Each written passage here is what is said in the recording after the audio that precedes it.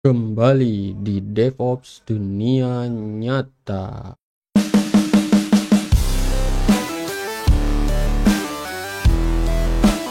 Oke, kita lanjutkan tutorialnya ya teman-teman ya. Kali ini saya akan bikin tutorial mengenai Kubernetes dan CI/CD-nya. Jadi teman-teman pastikan ikuti terus dari awal sampai akhir. Oke, sebelum kita bahas teknikalnya teman-teman, mungkin saya akan menjelaskan sedikit intro sebenarnya Kubernetes itu apa sih teman-teman ya. Jadi Kubernetes itu sebenarnya kalau dianalogikan secara sederhana teman-teman ya. Dia itu seperti ini teman-teman. Jadi kalau teman-teman lihat paduan musik ya, jadi ada satu orang yang berperan sebagai apa ini namanya teman-teman ya, orkestratornya teman-teman. Nah kalau Kubernetes itu kita ibaratkan atau kita analogikan yaitu seperti orkestratornya ini teman-teman, orang yang pakai baju putih yang berdiri di sini. Jadi pada intinya Kubernetes itu adalah sebuah tools yang bisa mengontrol aktivitas Docker dan aktivitas servernya. Nah, kalau kita ada logikan lagi, Dockernya adalah orang-orang yang di bawah sini nih teman-teman, orang yang bermain musik. Ya, jadi kalau orang yang bermain musik ini kita analogikan sebagai Docker, maka Kubernetes itu perannya adalah sebagai orkestrator yang berdiri di sini teman-teman, yang pakai baju putih ini. Nah, Kubernetes sendiri secara bahasa, dia berasal dari bahasa Yunani ya, yang artinya pilot atau jurumudi lah, kemudi. Makanya Kubernetes itu kan lambangnya adalah semacam kemudi kapal ya teman-teman ya. Nah, Kubernetes sendiri bukan satu-satunya orkestrator untuk Docker teman-teman ya. Jadi Docker sendiri punya orkestrasi ya, punya orkestrasi, ada Docker Swarm ya teman-teman ya. Apache punya orkestrasi juga, Mesos teman-teman. Nah, itulah analogi sederhana mengenai Kubernetes ya teman-teman ya. Oke, sekarang kita lanjut ke infrastruktur yang akan kita buat teman-teman ya. Nah, ini menarik nih teman-teman. Jadi kita akan membuat sebuah Kubernetes cluster ya teman-teman ya. Nah, saya di sini sudah gambarkan secara sederhana ya teman-teman ya, biar mudah dipahami. Di mana di dalamnya akan ada 3 buah server atau 3 buah node ya, atau 3 buah VM.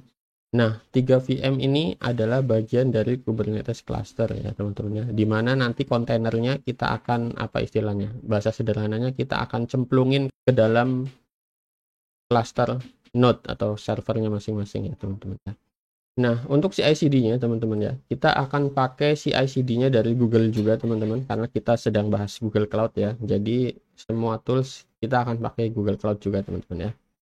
Kemudian dari sini, dari Google Cloud Build, maka Docker image-nya teman-teman ya, Docker hasil build-nya, kita akan push ke kontainer registry teman-teman. Di sini saya pakai kontainer registry-nya pun dari Google ya teman-teman ya, Google Container Registry.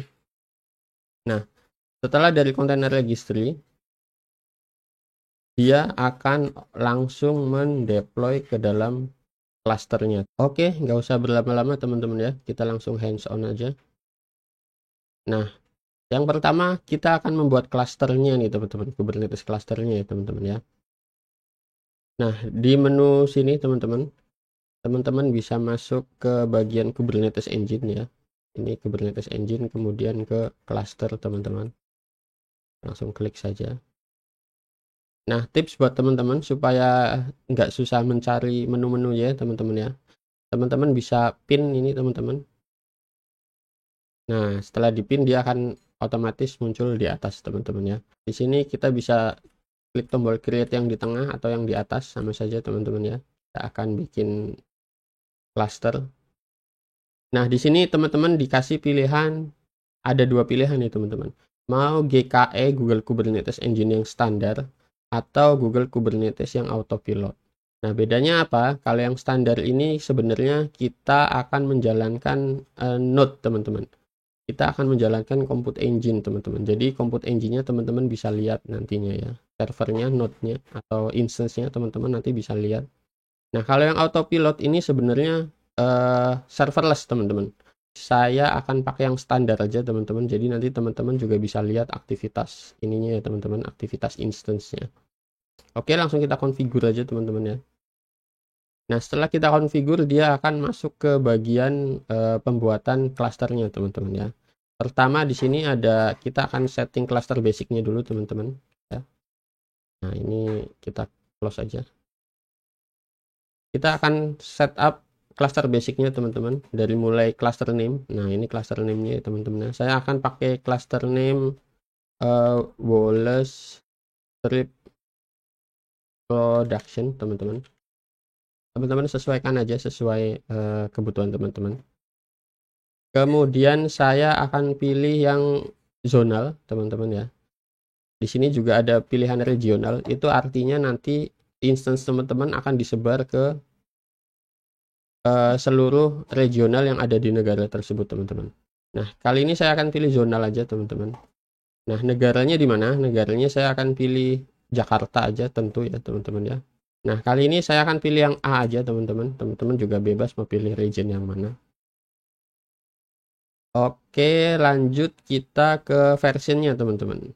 Nah, versionnya ini teman-teman bisa pilih yang rapid, reguler, atau yang stable. Nah, keterangannya teman-teman bisa baca, ada keterangan di bawahnya ya. Nah, ini saya akan pilih rekomendasi ini adalah yang stable channel. Oke, setelah dari bagian basic selesai, kita akan masuk ke bagian node poolnya, teman-teman. Node poolnya di sini ada default pool ya, teman-teman ya. Namanya saya akan tidak akan ubah ya. Nah, node-nya ada berapa servernya, teman-teman? Node ini server ya. Jadi kalau saya bicara node artinya saya bicara instance atau bicara server.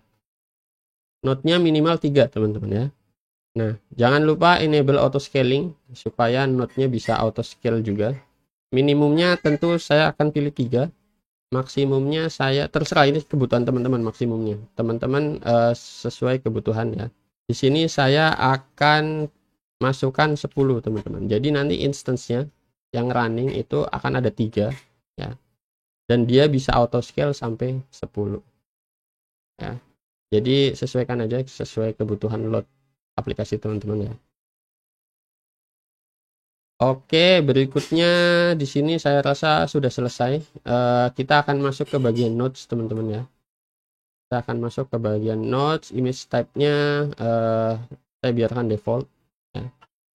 Nah, terus di bawah ada machine konfigurasi nih, teman-teman ya. Teman-teman akan milih ini, teman-teman, instance type-nya, teman-teman. Instance type-nya yang apa? Saya akan pilih E2 aja. Nah, di sini ada machine type. Machine type-nya saya akan pilih yang kecil aja, teman-teman, karena ini untuk kebutuhan demo ya. Tapi teman-teman balik lagi bisa sesuaikan dengan kebutuhan teman-teman nanti. Nah, boot disk ini disk di servernya ya, teman-teman ya. Di servernya saya tidak akan besar-besar, saya akan 20 GB aja ya, teman-teman ya. Nah, di sini ada pilihan, teman-teman, standar disk, SSD, atau balance disk. Kalau production saya sarankan teman-teman pakai SSD ya, biar cepat. Nah, karena ini untuk kebutuhan demo, saya akan pakai standar aja. Boot disknya nggak akan besar-besar karena kontainer saya juga nggak akan simpan banyak data ya, teman-teman ya. Nah, di bawah ini ada pilihan preemptible instance, teman-teman. Nah, ini yang menarik, teman-teman. Preemptible instance itu apa? Preemptible instance itu adalah, di sini ada keterangannya, teman-teman ya. Ini adalah instance versi murah, teman-teman. Tapi dengan murahnya preemptible instance ini juga ada resikonya ya. Google sewaktu-waktu bisa mengambil instance kita. Jadi instance kita bisa sewaktu-waktu diterminate sama Google, diambil gitu, teman-teman. Tapi harganya lebih murah, teman-teman ya. Saya rekomendasikan kalau production teman-teman jangan dicentang ininya ya, teman-teman ya, karena untuk kestabilan. Jadi untuk menghemat biaya biasanya pakai yang preemptible instance karena biayanya 3 kali lebih murah, teman-teman ya, dari instance normal. Nah, berikutnya kita masuk ke networking ya, teman-teman. Networking saya biarkan default aja, teman-teman ya. Kemudian masuk lagi ke security, teman-teman. Security di sini kita cek apakah ada yang perlu kita rubah. Oke, nggak ada. Kita lanjut ke metadata, teman-teman. Ke metadata juga saya rasa tidak ada yang perlu diubah ya, teman-teman ya. Nah, ini ada cluster di bawahnya. Nah, di sini kita juga saya rasa saya rekomendasikan juga untuk enable vertical scaling ya, teman-teman ya. masuk ke networking. Nah, networking di sini teman-teman bisa pilih kalau teman-teman punya VPC. Nah, subnetnya saya pakai default. Nah, kemudian di sini ada public cluster atau private cluster. Public cluster itu nanti instance teman-teman punya public IP ya teman-teman ya. Kalau private cluster nanti instance teman-teman tidak punya public IP. Jadi ini nanti komunikasinya ke public via load balancer teman-teman. Nah, saat ini saya pakai public IP aja untuk memudahkan konfigurasi ya teman-teman ya. Kemudian ke bawah ada yang perlu lagi kita centang atau enggak, saya rasa enggak ada teman-teman. Kemudian kita masuk ke security juga default teman-teman ya. Kemudian masuk metadata enggak ada, fitur juga enggak ada. Oke, langsung kita buat aja teman-teman. Kita create. Nah, setelah teman-teman create ya, dia nggak akan langsung jadi teman-teman. Ya, dia akan persiapkan dulu, ini butuh waktu kurang lebih 5-10 menit nah teman-teman ya. Nah, sambil menunggu loading teman-teman ya, kita akan siapkan dulu kebutuhan yang lainnya teman-teman ya. Kita akan pakai ini juga teman-teman. Kita akan pakai Cloud Build untuk CI/CD-nya. Nah, sebelum memulai CI/CD, untuk pertama kali kita perlu setting dulu nih teman-teman ya. Jadi setting ini hanya dilakukan pertama kali aja teman-teman. Selanjutnya udah nggak perlu. Nah, kita akan setting teman-teman di Cloud Build. Kita akan masuk ke setting. Nah, pastikan teman-teman di bagian yang Kubernetes Engine ya teman-teman. Di sini sudah enable teman-teman ya. Kebutuhan yang selanjutnya lagi apa teman-teman ya? Kebutuhan yang selanjutnya lagi kita akan bikin static IP teman-teman ya. Jadi kita akan pakai static IP untuk disambungkan ke load balancer nantinya ya teman-teman ya. Kita akan bikin IP public dulu teman-teman ya. Kita ke bagian VPC, kita ke external IP teman-teman ya. Oke, kita akan perlu reserve static IP teman-teman ya. Namanya oke, networknya yang premium IP4. Nah, untuk type-nya teman-teman pakai yang global teman-teman, harus pakai yang global ya. Oke, kita reserve teman-teman. Nah, IP ini fungsinya apa? IP ini nantinya akan di-attach ke load balancer ya teman-teman ya. Kita akan pakai IP ini teman-teman untuk di domainnya teman-teman ya. Jadi kita akan copy di sini. Kita akan copy. Nah, ini yang akan kita registerkan ke domain teman-teman. Oke, sekarang saya mau setup domainnya teman-teman. Nah, kita setup domainnya di sini teman-teman ya. Saya akan pakai domain app teman-teman. Jadi nanti aplikasi saya bisa diakses via app.wallace.com ya teman-teman ya. Nah, IP-nya adalah IP yang tadi kita bikin di Google Cloud teman-teman ya. Nah, kita bikin create record ya. Oke, sudah sukses ya teman-teman ya. Oke, lanjut lagi teman-teman.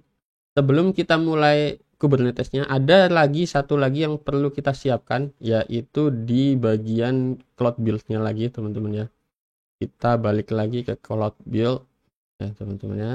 Jadi nantinya teman-teman, saya akan pakai ini teman-teman. Jadi di Cloud Build ini teman-teman ya, saya akan pakai ini teman-teman ya, semacam image, custom image yang memang dibuat untuk Cloud Build teman-teman ya. Yang saya akan pakai kali ini adalah ini teman-teman, envsub namanya teman-teman. Nah, ini envsub. Jadi envsub ini apa? Envsub ini untuk membypass atau mempassing teman-teman ya, mempassing env variable dari Google Cloud Build ke Kubernetes code-nya nanti teman-teman ya. Nah, kita balik lagi ke sini teman-teman. Kita akan buka ini teman-teman. Kita akan buka Cloud Shell teman-teman. Oke, teman-teman kita cek di sini ada apa. Oke. Oke, yang perlu kita lakukan kita adalah harus pull ini dulu teman-teman. Google Cloud Builder Community-nya kita harus pull dulu teman-teman ya. Kita akan git clone dulu teman-teman. Git clone. Kita cek sudah ada foldernya ya. Saya akan masuk ke dalam foldernya Cloud Builder yang tadi. Nah, di sini saya akan pakai yang envsub, artinya saya akan masuk dulu ke foldernya envsub. So, dari sini saya bersihkan dulu. Saya akan masuk ke foldernya envsub. Nah, ini envsub ya teman-teman ya. Nah, setelah masuk ke foldernya envsub teman-teman, di sini sudah ada caranya gimana untuk memanfaatkan envsubnya teman-teman. So, teman-teman sebenarnya hanya tinggal menjalankan ini aja teman-teman. Nah, yang ini nih. Nah, teman-teman tinggal copy aja yang ini. Oke. Teman tinggal paste di sini ya. Enter. Nah, kalau ada seperti ini, teman-teman tinggal authorize aja, teman-teman ya. Oke, udah sukses statusnya. Nah, sekarang kita balik lagi ke Google Kubernetes Engine-nya, teman-teman ya. Nah, kita bisa lihat di sini Google Kubernetes Engine-nya sudah ready, teman-teman ya. Kita langsung aja, teman-teman ya. Kita akan mulai coding.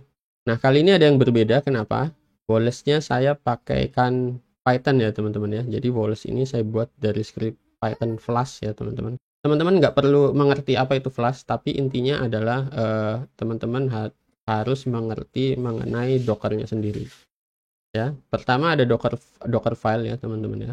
Docker file ini dia akan melakukan proses build aplikasi saya ya, code saya ini ya. Ini code-nya.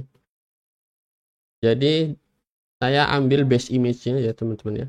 Base image-nya saya ambil dari Python 39 3.9 ya.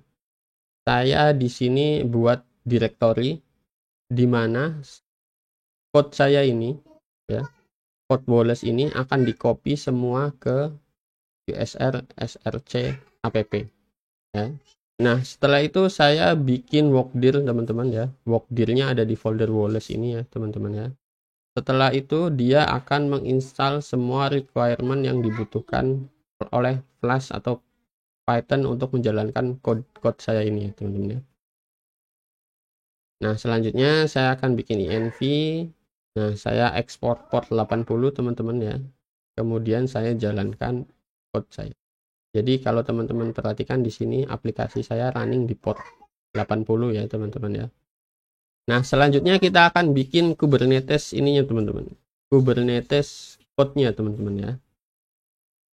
Nah, di sini di root directory-nya saya akan buat deployment.yaml.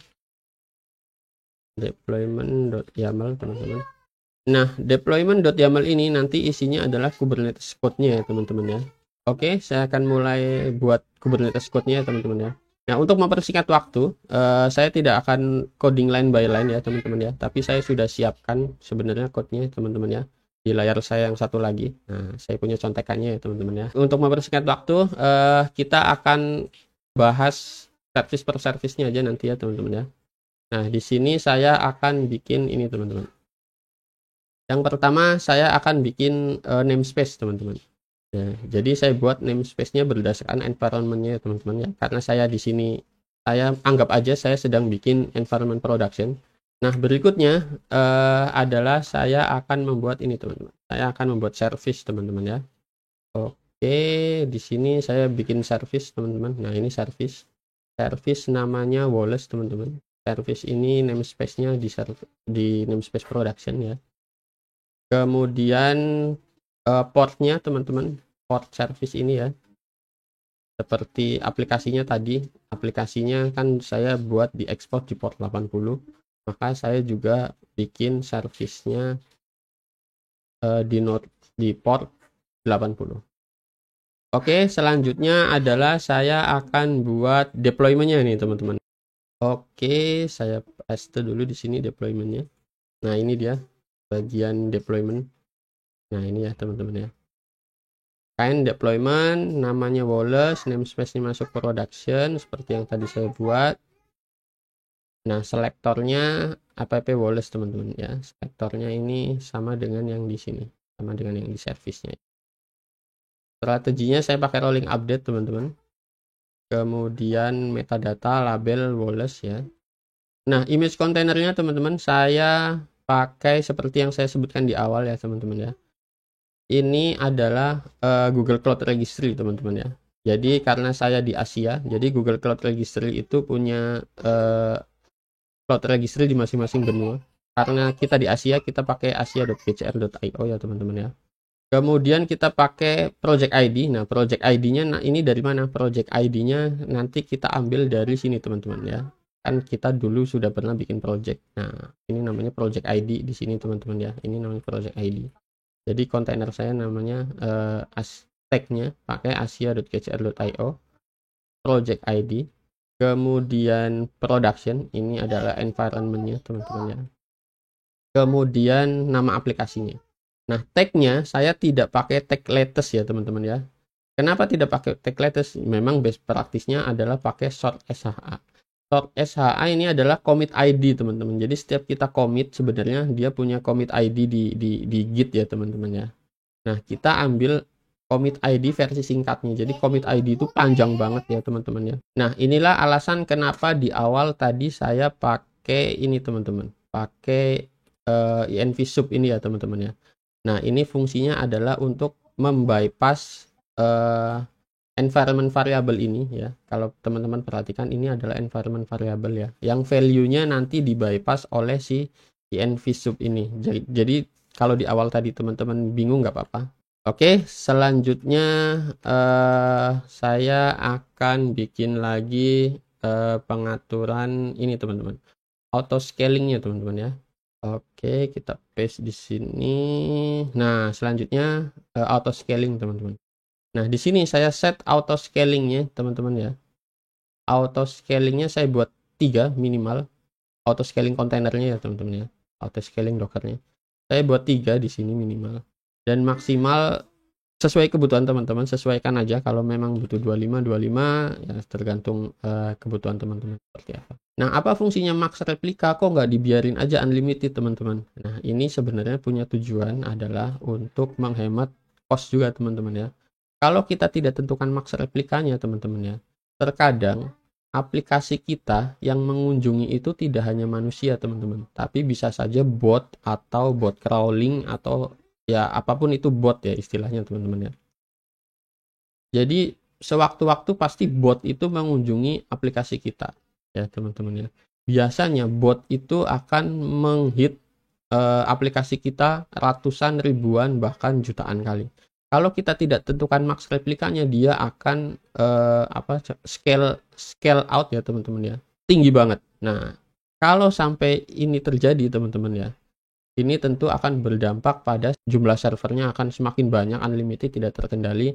Apa yang terjadi adalah cost teman-teman atau istilahnya billing teman-teman pasti juga akan bengkak. Nah, makanya kita tentukan maksimum replikanya untuk menjaga cost-nya tetap stabil gitu ya teman-teman ya, billingnya tetap stabil. Oke, itu sepintas tentang horizontal pod scaler ini ya teman-teman ya. Kita akan buat ingress-nya teman-teman ya.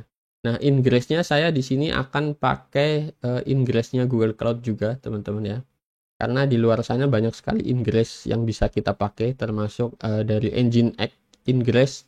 Kemudian ada apa lagi ingress yang yang bisa kita pakai di luar sana? Kalau nggak salah ada Traffic. Nah, kali ini karena kita membahas Google Cloud, maka saya akan pakai ingress dari Google Cloud-nya juga ya teman-teman ya. Nah, ini kayaknya ingress teman-teman bisa dilihat. Name-nya Wallace, namespace-nya production. Nah, di sini teman-teman perhatikan, di sini ada ingress, ada annotation atau ada konfigurasi ingress global static IP Wallace teman-teman ya. Nah, ini nama Wallace ini teman-teman harus sama dengan yang di static IP yang tadi kita buat teman-teman. Jadi kalau kita masuk ke static IP yang tadi kita buat ya teman-teman ya. Nah, di sini saya buat namanya Wallace teman-teman ya.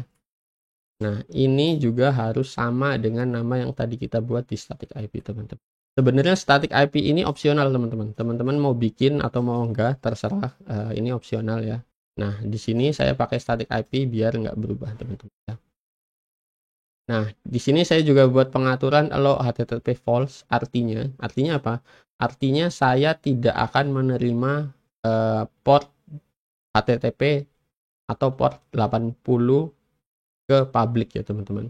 Jadi saya hanya akan menerima ini teman-teman, port HTTPS. Jadi 80 tidak saya terima ya. Jadi defaultnya adalah HTTPS. Ini untuk apa? Biar lebih aman ya teman-teman ya. karena HTTPS itu jauh lebih aman ketimbang HTTP. Nah, sertifikatnya saya pakai Wallace. Nah, ini teman-teman, setelah ini kita akan bikin bagian kind sertifikat ya. Ini juga harus sama dengan nama sertifikatnya setelah ini. Kemudian pengaturan domainnya teman-teman ya, seperti yang tadi saya buat di domain saya pakai app.wallace.com. Oke, berikutnya adalah kita akan pakai sertifikat manajernya. Siapkan dulu di sini. Nah, ini sertifikatnya teman-teman ya.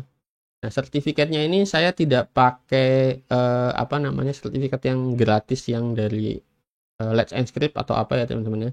Sertifikat yang saya pakai juga sertifikat dari Google teman-teman ya. Jadi sertifikat punya Google ya teman-teman ya. Domainnya app.wallace.com. Nah, saya rasa sudah selesai code untuk Kubernetesnya ya teman-teman ya. Kita review dikit. Jadi di sini saya buat namespace. Kemudian saya buat service teman-teman ya. Kemudian saya buat deploymentnya di sini. Kemudian saya buat pengaturan auto scalingnya ya teman-teman. Code auto scalingnya. Kemudian saya buat ingressnya saya pakai ingressnya Google ya teman-teman ya. Kemudian saya juga buat sertifikat SSL-nya teman-teman ya. Sertifikat SSL-nya saya pakai sertifikatnya dari Google. Oke. Nah, selanjutnya apa? Selanjutnya kita juga akan bikin script untuk CI/CD-nya teman-teman. Karena CI/CD-nya pakai Cloud Build, jadi Cloud Build itu CI/CD-nya dikonfig juga via code ya teman-teman ya. Atau kita coding CI/CD-nya juga. Nama filenya adalah cloudbuild.yaml juga teman-teman ya. Jadi CI/CD-nya kita kontrol via coding di YAML teman-teman ya. Nah, di sini juga saya nggak akan coding line by line, tapi saya sudah punya catatan di sini ya teman-teman ya. Di layar saya yang satu lagi saya sudah punya catatan untuk mempersingkat waktu. Oke, yang pertama kita harus buat step-nya dulu teman-teman. Jadi Cloud Build ini di sini step-nya ya teman-teman ya. Nah, CI/CD-nya, Cloud Build dokumentasinya teman-teman bisa baca di sini ya. Di Cloud Build dokumentasi, di sini ada dokumentasi teman-teman tinggal klik aja kalau mau baca dokumentasinya. Dan ini dieksekusi urut ya teman-teman ya, dari atas ke bawah. Oke, kita akan bikin step, copy aja semua. Nah, saya akan jelaskan satu persatu di sini. Jadi format Google Cloud Build ini seperti ini teman-teman ya, step CI/CD-nya. Jadi ID ini adalah nama stepnya. Nah, name ini adalah Docker atau image yang akan kita buat yang akan mengeksekusi step di masing-masing stepnya ya teman-teman ya. Nah, di sini saya pakai Docker teman-teman. Docker artinya kalau saya pakai Docker, saya bisa mengeksekusi command-commandnya Docker ya teman-teman ya. Oke, ini step pertama. Walaupun nanti di CI/CD-nya ini namanya adalah step 0 ya teman-teman ya. Dimulai dari 0. Oke. Ini step 0 atau step 0. Step 0-nya saya build kontainernya teman-teman ya. Jadi dari aplikasi saya build ini. Nah, build. Jadi sebenarnya command-nya adalah docker build mint, kemudian nama ininya teman-teman. Nama kontainernya ya. Kemudian dia akan membaca dari Docker file ini. Jadi dia membuild Docker file ini. Setelah dibuild, tentu saja kita akan push teman-teman. Nah, di sini step yang kedua, langkah yang kedua di CI/CD adalah kita akan push ke Docker image, ke Docker registry teman-teman ya. Nah, kita juga masih pakai kontainer Docker, artinya kita bisa jalanin command-commandnya Docker lagi.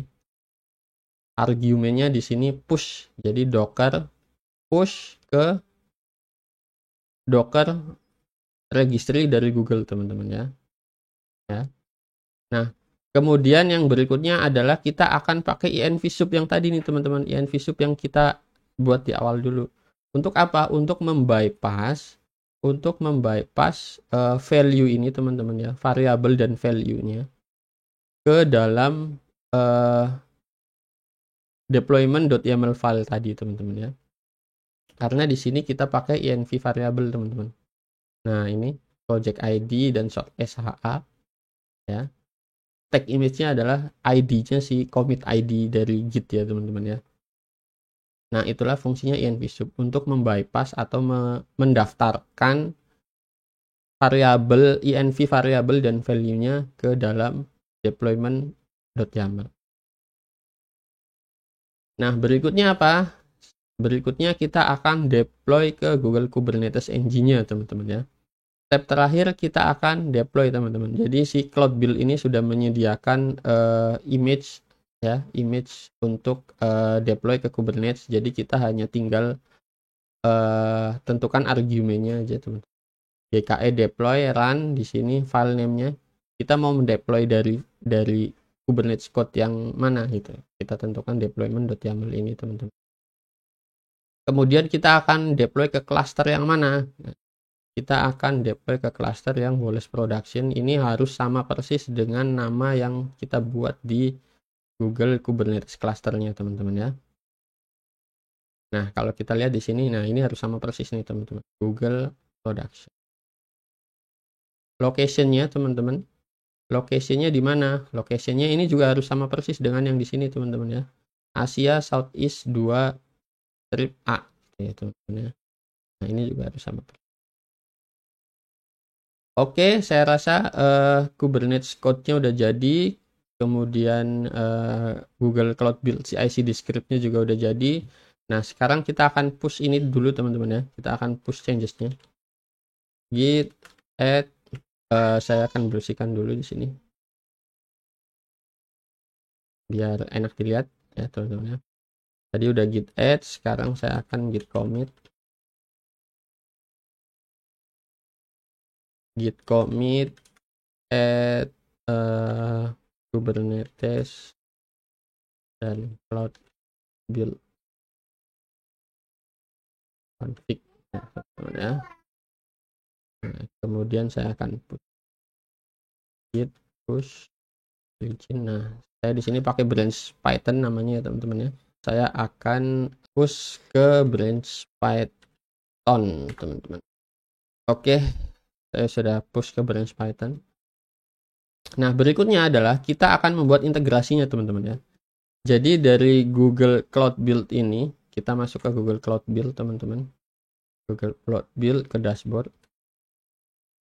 Nah, kita akan setup integrasi dari Google Cloud Build ini dengan GitHub kita ya, teman-teman ya. Dengan GitHub yang saya punya, teman-teman ya. Nah, ini repository yang saya pakai ya, teman-teman ya. Kita akan integrasikan Google Cloud Build-nya dengan GitHub-nya, teman-teman ya. Supaya nanti setiap ada changes atau ada push, dia akan otomatis men-trigger, teman-teman ya. Nah, untuk setup trigger, teman-teman bisa ke trigger. Nah, setupnya kita ke trigger, teman-teman ya. Saya buat dari trigger sini aja, teman-teman. Nah, dari trigger ini, teman-teman ya, dari menu trigger ini, teman-teman bisa bikin di sini creator. Saya tutup dulu ini ya, teman-teman, biar kelihatan. Nah, dari menu trigger ini, teman-teman bisa bikin trigger nih, teman-teman. Bikin trigger atau connect repository dulu, teman-teman. Ya, teman-teman bisa pilih yang manapun, tapi untuk kali ini saya akan coba pakai yang ini aja, karena kita akan mengkonekkan repositorinya dulu. Nah, repositori saya ada di GitHub, teman-teman ya. Nah, di sini saya akan pakai GitHub, teman-teman. Kemudian continue. Nah, setelah continue, teman-teman akan ditanya autentifikasi, teman-teman ya. Kalau ada pop-up, teman-teman ikutin aja. Nah, di sini GitHub-nya Romi Afrizal udah terhubung otomatis. Nah, ini Wallace Web DevOps, teman. Klik aja oke. Nah, centang dulu, teman-teman, pastikan centang centang ya, teman-teman ya. Kemudian teman-teman bisa connect. Nah, teman-teman sampai sini teman-teman bisa done dulu aja ya, teman-teman ya. Nah, sekarang kita akan bikin triggernya, teman-teman. Setelah connect repositorinya udah connect, kita akan bikin triggernya, teman-teman ya. Nah, triggernya ini saya kasih nama Wallace, teman-teman. Deskripsinya juga sama, tagnya juga bebas. Nah, di sini saya akan pilih push, teman-teman. Jadi setiap kali ada push, dia akan otomatis men-trigger. Nah, ini teman-teman bisa lewati. Nah, source-nya yang mana? Source-nya seperti yang tadi kita udah bikin di integrasi yang tadi barusan ya, teman-teman ya. Kita pilih Wallace DevOps. Nah, branch yang akan dipilih otomatis trigger yang mana? Nah, Saya tidak akan pakai master ya teman-teman ya. Di sini saya akan coba bikin satu branch baru lagi teman-teman. Jadi biasanya deployment itu dibedakan berdasarkan branch-nya teman-teman ya. Kalau teman-teman push ke branch production, maka dia akan otomatis mendeploy ke production. Begitu juga staging dan development, teman-teman tinggal tentukan aja. Nah, dari sini saya akan bikin branch production teman-teman. Nah, di sini saya akan bikin branch baru ya teman-teman ya. Saya akan bikin branch baru namanya production. Jadi nanti setiap kali ada yang nge-push ke branch production tersebut, otomatis akan men-trigger deployment ke production. Oke, saya akan bikin branch baru. Git checkout min b production ya teman-teman. Nah, branch barunya udah terbuat. Sekarang kita akan push branch productionnya. Git push origin production. Oke, branch productionnya sudah ke-push, artinya sudah muncul di GitHub-nya teman-teman ya. Kalau kita refresh di sini sudah ada branch production. Nah, ini branch production ya. Nah, sekarang kita akan setup di sini teman-teman. Kita akan pakai branch production.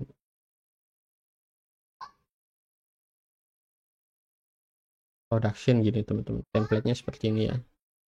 Nah, di sini teman-teman bisa auto detect atau bisa pakai ini teman-teman. Kalau pakai ini teman-teman harus tuliskan konfigurasi untuk cloud build-nya. Nah, di sini kan tadi nama konfigurasinya adalah cloud build.yaml ya, teman-teman ya. Maka di sini harus cloud build.yaml.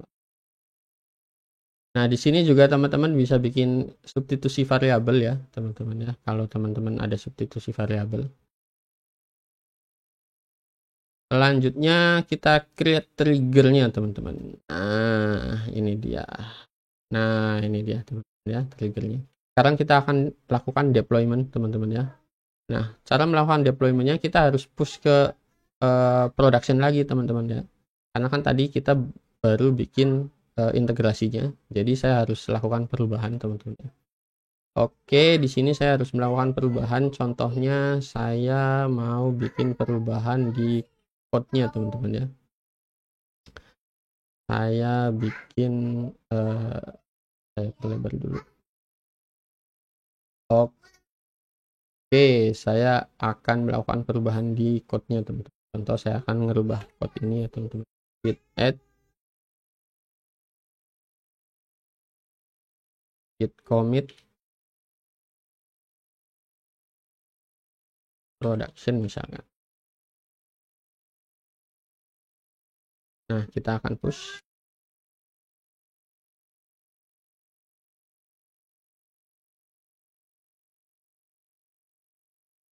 Git push origin production. Oke, nah ini sudah terpush, otomatis triggernya dia akan jalan teman-teman ya. Kita bisa lihat di sini dashboardnya. Nah, dia jalan nih teman-teman. Kita bisa klik di sini ya teman-teman ya. Nah, ini dia. Dia sedang menjalankan otomatis trigger cloud build-nya teman-teman ya. Nah, ini step 0. Step 0-nya build Docker teman-teman ya. Kita bisa lihat build Dockernya udah selesai. Sekarang kita masuk ke step 1. Step 1 itu Docker push ke Google Registry. Nah, step 2. Nah, kita masuk ke step 3 teman-teman. Nah, step 3 ini sebenarnya dia sedang mendeploy teman-teman. Nah, kita bisa cek di bagian Google Kubernetes Engine-nya ya teman-teman ya. Kita bukan tab baru lagi di sini.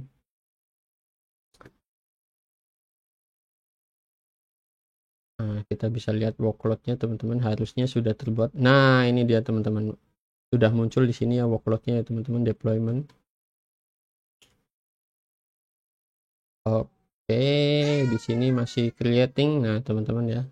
Di sini ada warning ya teman-teman ya. Warning karena sedang proses deployment teman-teman. Oke, kita balik lagi ke sini. Nah, deploymentnya udah kelar teman-teman ya. Semuanya sudah terbuat teman-teman ya. Nah, ini tandanya centang hijau ya teman-teman ya. Tandanya centang hijau berarti sudah bisa kita lihat di klasternya. Nah, kita bisa cek di sini teman-teman ya. Deployment sudah hijau, artinya sudah sukses, teman. Nah, seperti yang kita define di ini teman-teman, deployment.yaml, kan kita tentukan minimum replikanya 3, artinya akan ada 3 kontainer yang jalan. Nah, ini dia teman-teman, kan ada 3 kontainer yang jalan. Nah, selanjutnya kita intip ke service-nya teman-teman. Service-nya udah terbuat teman-teman ya.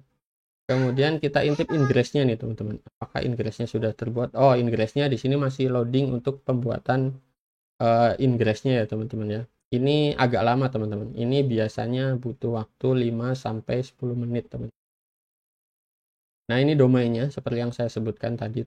Nah, ini artinya error karena memang ingress-nya atau load balancer-nya ya teman-teman. Itu belum tercreate atau masih dalam proses pembuatan.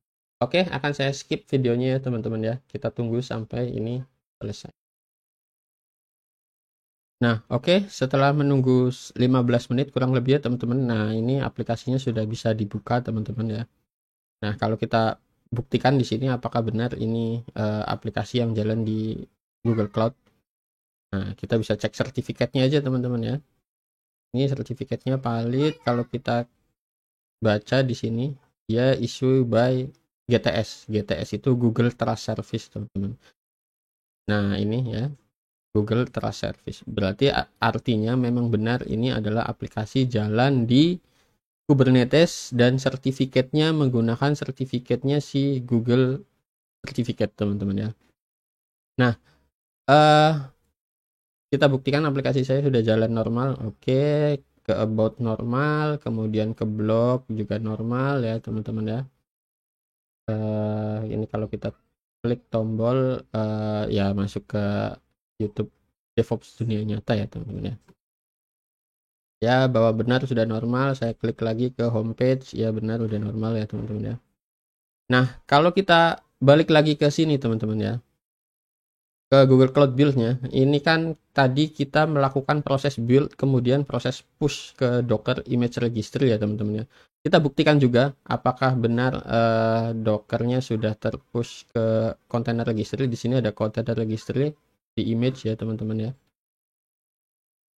Nah, di image teman-teman, teman-teman bisa masuk.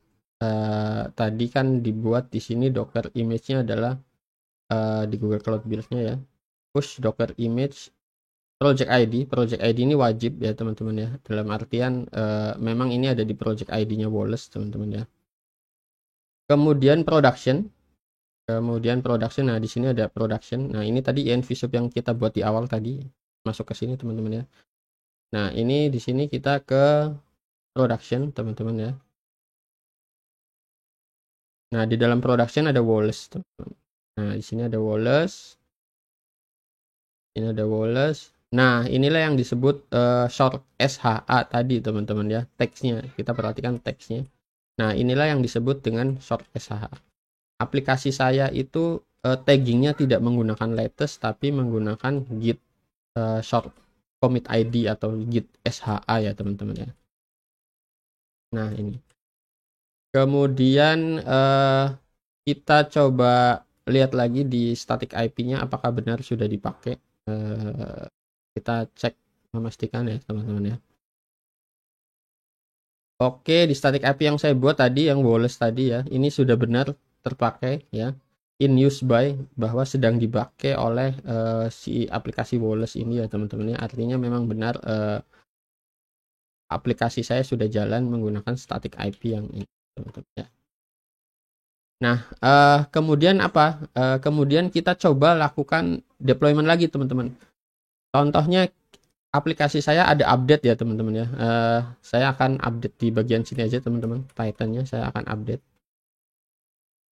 Aplikasi saya akan saya update di bagian template-nya ya teman-teman ya. Di sini Python. Nah, saya akan update ke Python V2 misalkan. Aplikasi bahwa jangan Python deh, pakai Wallace deh. Wallace V2. Nah, tadi di sini kan Python ya teman-teman ya. Nah, di sini saya ubah jadi Wallace versi kedua. Nah, di sini saya ubah jadi Wallace versi kedua. Nah, kita akan lakukan push lagi teman-teman ya, untuk men-trigger pipeline-nya, bahwa pipeline-nya benar akan jalan setelah kita melakukan push. Oke, git add titik dulu, kemudian git commit min m update p2 teman. Kita akan push teman-teman ya. Sebelum push kita perhatikan dulu di sini di bagian Google Cloud Build-nya ya teman-teman ya. Cloud Build. Nah, ini dia Cloud Build.